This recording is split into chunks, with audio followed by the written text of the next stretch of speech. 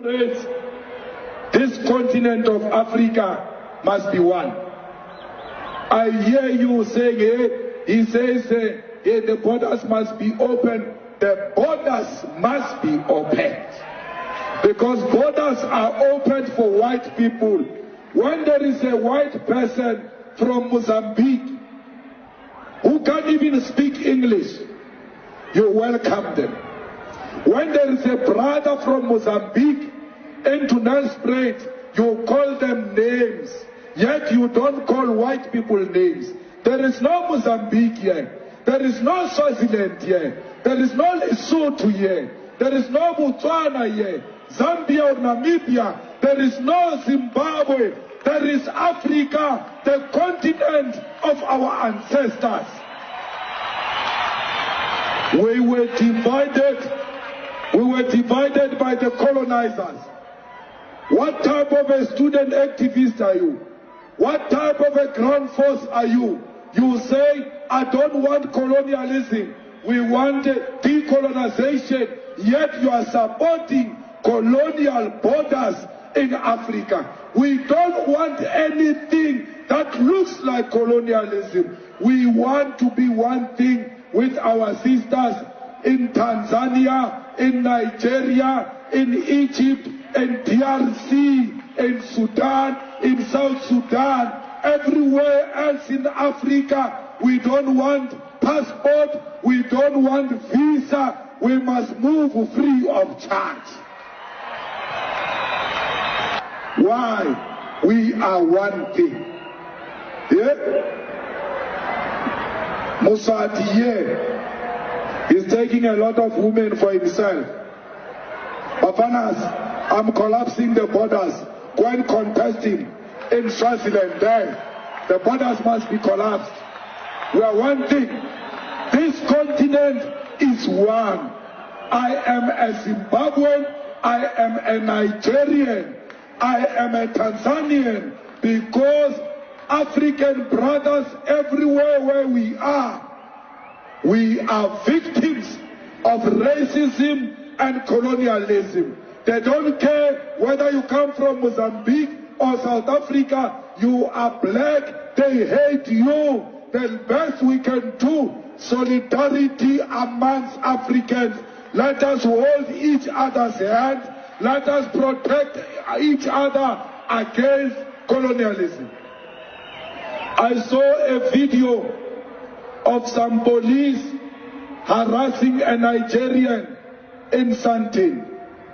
I want to say to my Nigerian brothers and sisters, those police do not represent us, and they do not represent the South African police services. Those police, they must be dealt with, they must be disciplined for harassing a person simply because this person is a Nigerian. It must come to an end. Some fool is going to say, but these Nigerians are committing crime. Fine. If Nigerians are committing crime, a lot of them are in Hillbrow. Why are the soldiers not in Hillbrow but in Cape Town among South Africans? There are no soldiers on Nigerians. There are no soldiers on Mozambicans. There are soldiers on South Africans themselves. Because crime is committed by us. We are the ones who are selling drugs to our own people. We are the ones who are beating up our own women. We are the ones who are killing each other. And then you hide behind the Nigerians. Stop being cowards. Take responsibility. Stop crime. When Nigerians come here to commit crime and they do not find us as criminals, it will not be conducive for them to do crime where crime is not happening. It starts with you. Stop crime. Stop hiding criminals if you want a peaceful South Africa. Zimbabwe, please find a solution. The economy of Zimbabwe is worrying all of us. Please find a permanent solution. Ramaphosa, we ask you to help our brothers in Zimbabwe. their problem is our problem. Because when we had problem with apartheid, they received us in their country. They helped us. It is our turn to return the favor. DRC, we can see what they are doing there. They want those beautiful minerals of DRC. They are destabilizing it. They are making you African brothers fight amongst yourselves, including making it difficult for the president to appoint his cabinet. DRC, African leaders, come together. We want a stable DRC. We want a DRC that works. We want a DRC that owns its minerals. We want a DRC that will use the proceeds of those minerals to benefit the people of DRC. Sudan, there is no army that can preside over civilians. We don't have a problem with the intervention of the army. Let it not last for more than a year. We want elections in Sudan. We want civilians to choose a government of their own. South Sudan, don't be threatened by opposition. Embrace opposition. South Africa, ready yourself to go to South Sudan. Let us go and help them to build that new country. Let us help them to stand on their own so that we can be proud that a country was formed during our time and we helped to establish that country and make it stable. Cuba and all those who are threatened by the USA, please do not succumb to imperialism. Do not succumb to colonialism. Venezuela, we are with you. Cuba, we are with you. Russia, continue showing America a middle finger so that you can put it at its rightful place. They must stop thinking they can bully the world forever and ever. It will never happen. We want the world that is characterized by democracy and respect for human rights. Comrades, we are going to make sure that everyone here in South Africa enjoys being South African. Whether you are white, whether you are black, just respect the fact that we want our land. The land must come into the hands of rightful owners. You might say, why is it that African leaders haven't done anything about this deplorable situation? Well, let me tell you, my brother and sister, they have tried. Documented to this day, 22 coups where leaders were assassinated. France had something to do with it. The first 7, when they decided they were pulling out of the CFA and that they were going to print their own money, they were assassinated. Every time an African leader has tried to do what's best for their country, they were assassinated. Majority of them aided by France. It's a known fact. And then others, they were just mercenaries who felt that when there was a natural resource discovered in one country, they wanted to create a coup. So while the country is thrown into a civil war, they're siphoning the natural resource. We know of one particular story that had we not known about it, it would have been, oh, there we go again, the Africans. In about 25 years ago, a group of young, rich white kids were having fun in Cape Town. They found out that there was oil in Equatorial Guinea that just been discovered and they wanted it. So they set out a plan to have a coup in Equatorial Guinea. So while the Guineans are busy fighting a civil war, they will be siphoning the oil. But they made one mistake. There were 2 planes. One was to leave South Africa, stop in Zimbabwe, pick up more ammunition on their way to hunt in Equatorial Guinea. Another plane was taking off in the Caribbean that had this puppet diaspora who was supposed to be the next president. Mugabe wondered why such young people needed such powerful ammunition to go hunt in Equatorial Guinea. In doing his research further, he found out that this was a coup in the making.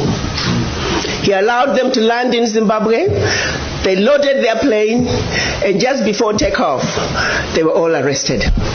The ringleader of that group was none other than the son of the former Prime Minister of the United Kingdom, Margaret Thatcher. She had to fly to Zimbabwe and paid handsomely to get her son out. The last one of those prisoners left Zimbabwe about 6-7 years ago. Had these young people succeeded, it would have been another coup. There you go, the Africans again. Such, my brothers and sisters, is the story of your Africa. They don't do coups anymore. They simply create instability. So when you hear of an instability in an African country, ask yourself, what is really going on? Because what they are telling you is really going on is just a shiny object. The real issue is over here. And you need to stop before you start being used as an instrument of your own self-destruction. Came here to come and share with you our story in South Africa and our struggles and sufferings which we're going through in the country on a daily basis. And this platform is a very correct platform because we come from a country where students are in the forefront of the struggle. We come from a country where students are leading the struggle against colonialism. We come from a country where students are fighting against white supremacy and a capitalist system that has divided our country and excluded the indigenous people of South Africa and Africa as a whole.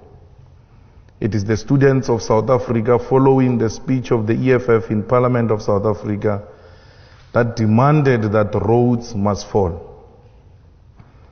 They do not say Rhodes must fall because of their hatred of white people, but they said Rhodes must fall because they hated what Rhodes represented. A white supremacy, a system that projected white people as superior and black people as inferior, a system that subjected black people to a situation where they were denied education so that they can be suppliers of cheap labor. Rhodes took our land.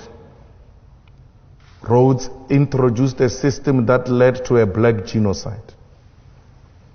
Rhodes exploited our minerals and natural resources and left South Africa without anything that will demonstrate that this country is a mineral-rich country. We cannot continue to celebrate people who represented a racial divide of our people. So the students in South Africa are demanding, and they've succeeded, that everything else that represents backwardness and racial division and hatred of black people should not be celebrated. The students, after the defeat of those who believed that those who perpetuated white supremacy should be celebrated, they went further to demand that education should not be a commodity. It must be free for all. Because education is a right, protected and enshrined in the Constitution of the Republic of South Africa. They agreed, those students, that no university in South Africa should increase fees because fees as they are now, they're extremely expensive.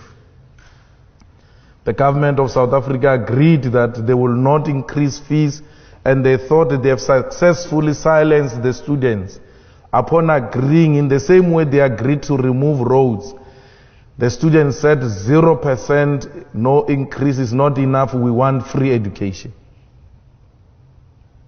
Following the success of the students to put on the national agenda the importance of education, then the workers in the university demanded to be incorporated as employees of the universities, because in South Africa, workers are not part of the staff complement of the universities. They are outsourced, they are owned by labor brokers, they've got no benefits, they've got no rights. They work for universities, some of them for more than 30 years. When they go on pension, they've got nothing to show. Students joined them and said, these are our parents, we want them to be integrated as part of the university and they must have benefits. Because you've got a situation where in South Africa, the rich have got extremely more than the poor. We've got a situation where the rich love animals than the people. The dogs of rich people in South Africa have got medical aid, but the domestic workers and university workers, the farm workers, the petrol attendants, the security guards do not have medical aids, neither do they have rights as workers. They all work for a system called labor brokers. So students, like they did during apartheid days in South Africa in 1976, they've now influenced a new era, a new terrain of struggle, where the interest of the poor are firmly put on the agenda of South Africa. Today, South Africa discusses minimum wage. Today, South Africa discusses how the rich can share wealth with the poor, because the young ones are in the forefront of the struggle to transform South Africa. In South Africa, for the past 21 years, politics which were represented there were right-wing politics, which led to the ruling party also taking a right-wing direction because it only had competition from the right. There's never been a legitimate, credible left formation to challenge the ruling party or to have a ruling party striving for balance. And because nature does not allow a vacuum, the organization called the Economic Freedom Fighters emerged and closed that gap. The EFF emerged in South Africa because South African working class demanded a proper representative of the working class. EFF emerged in South Africa because the unemployment increased in South Africa. The poverty levels increased in South Africa. The inequality increased in South Africa. We have a situation where the levels of corruption in South Africa are actually institutionalized. You get a senior position on the basis of to what extent are you corrupt. If you are anti-corruption, you never get a promotion, because the state favors those who are corrupt. We have a situation in South Africa where a white-owned capitalism or economic system has been exploiting our people, and our people have not been benefiting from the mineral resources in our country. We have a company called the London Mine, which is mining in a place called Marikana. In that mine, the mine has got everything, all the basic needs: water, electricity, roads. And just next to a mine is a township or a village where black people stay without water and electricity, without roads, without proper schools. Yet London Mine is taking their platinum and reinforcing and making London and Britain to be what it is. Literally, between the mine and the community is a dumping area where the children coming from that community go and look for food. in that dumping area. It is in the same mine where 34 workers were killed by a London mine. Those workers did not demand anything except a living wage. One of the workers in an interview, when he was interviewed and he was told, you are looking for too much money, yet you are not educated. Why do you look for so much money? You have not been to school. He said, I want this money so that I can take my child to school, so that my child cannot be like me. I want to produce a CEO of a mine. They were fighting to have roof over their head. They did not have weapons in their hands.